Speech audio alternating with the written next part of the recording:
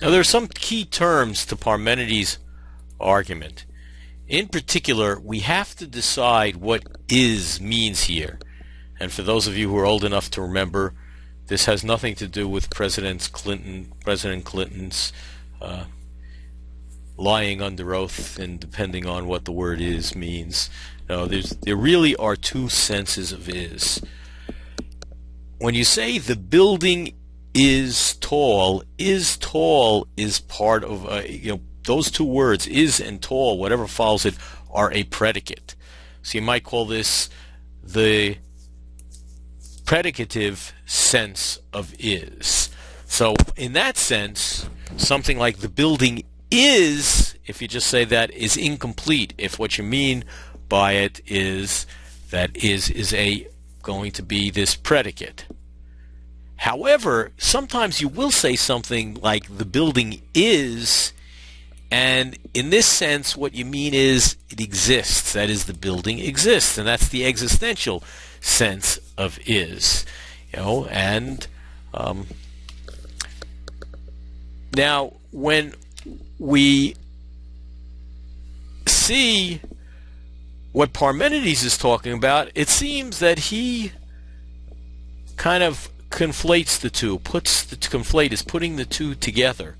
You talking as if they're the same one, and he tells us what is there to be spoken of and what is there to be thought about are the things that is.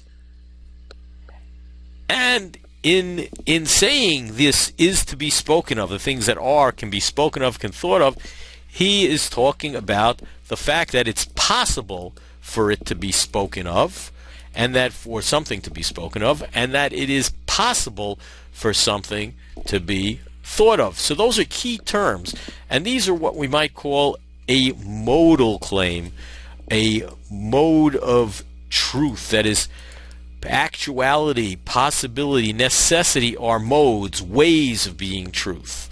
That is, if you say something is possibly true, it's a way. It's not actually true, but it could be true. If it's necessarily true, it has to be true. And if actually true, it is actually true, but it's not. It doesn't have to be. It's not necessarily true. These are modalities, and this is an important set of concepts in Parmenides' argument. Now, Parmenides, is offering an argument for support of his central thesis. His central thesis being, what I have here is CT, that which is not cannot be thought about or spoken about. That is, that which doesn't exist cannot be spoken about or thought about. Now, notice the three crucial ideas going back to that idea of modality beforehand. That is, there's existence, or I said actuality before, what actually exists. There are possibilities, what can exist. And there is conceivability, which is sometimes similar to possibility. That is, what can be thought about.